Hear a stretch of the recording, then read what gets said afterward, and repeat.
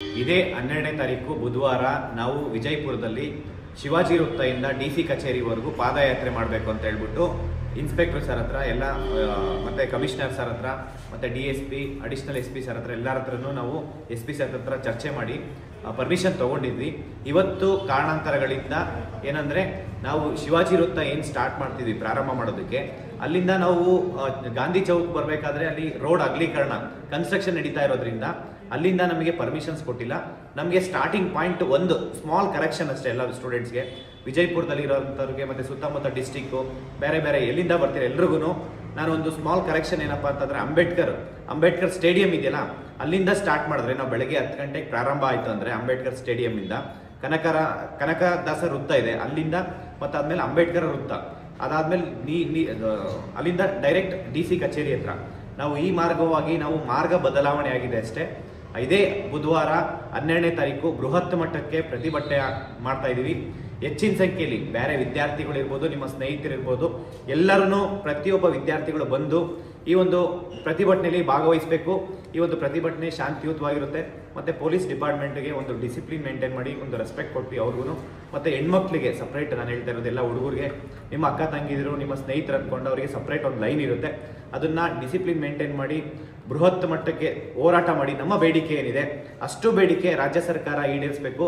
ಸುಮಾರು ಪ್ರತಿಯೊಂದು ಇಲಾಖೆಯಲ್ಲೂ ಸಾವಿರಾರು ವೇಕೆನ್ಸಿ ಇದೆ. 43 ಡಿಪಾರ್ಟ್ಮೆಂಟಿಂದ 7,76,386 ಹುದ್ದೆ ಖಾಲಿ ಇದ್ದಾವೆ.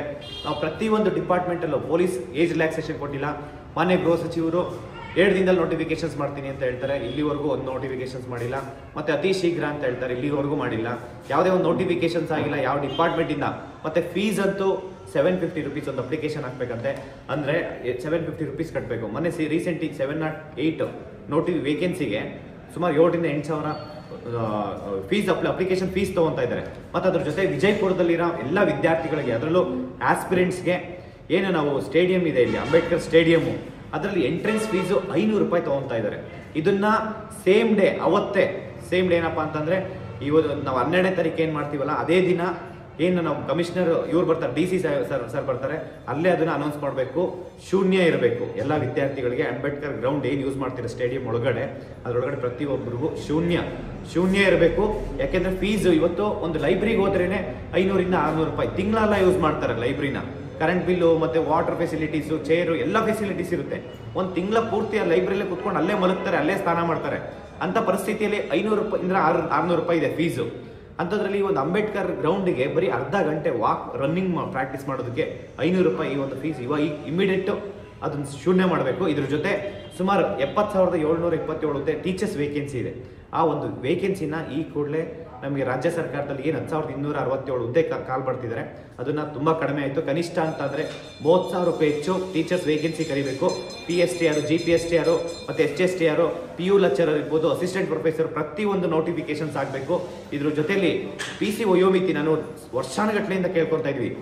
SC ST ಮತ್ತು OBCಗೆ ಜನರಲ್ SC ST OBCಗೆ 33 ವರ್ಷ ಕಾಯಂ ಮಾಡಬೇಕು, ಜನರಲ್ ಮೆರಿಟ್ಗೆ 30 ವರ್ಷ ಇದು ಕಾಯಂ ಮಾಡಬೇಕು. ಯಾಕೆಂದರೆ ಮಾನ್ಯ ಮುಖ್ಯಮಂತ್ರಿ ಸಿದ್ದರಾಮಯ್ಯ ಅವರು 3 ವರ್ಷ ಆಯ್ತು ಅದನ್ನು ಒಂದು ಲೆಟರ್ ಓಡಿಸಿ, ಇಲ್ಲಿವರೆಗೂ ಏನೂ ಮಾಡಿಲ್ಲ.